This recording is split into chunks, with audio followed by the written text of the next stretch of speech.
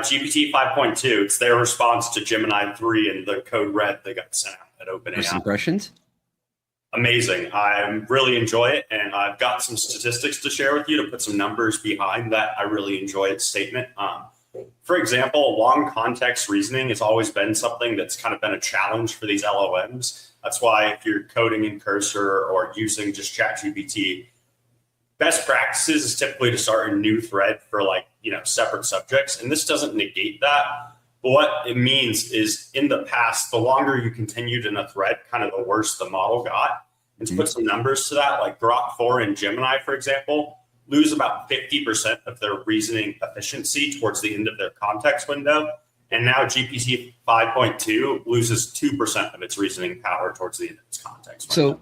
So let's put this into terms I've been seeing a lot of in the news. I've been seeing people who are using these as their boyfriend or girlfriend type thing, right?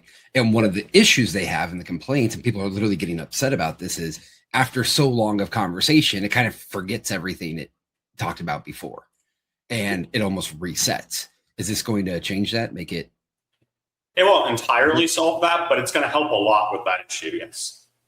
Gotcha. And how big of a difference is this really? So it's only been out for a day. So I've been using it for less than 24 hours. But my initial reaction is, one of my primary ways I use LLMs is writing software. And it's got a much better ability to understand something you did 20 edits ago that affects an edit you're making now. So taking that over to the boyfriend-girlfriend conversation, if you said something at the start of your conversation, tangented off on a different topic and come back, I'd imagine it's going to do a much, much better job of doing that.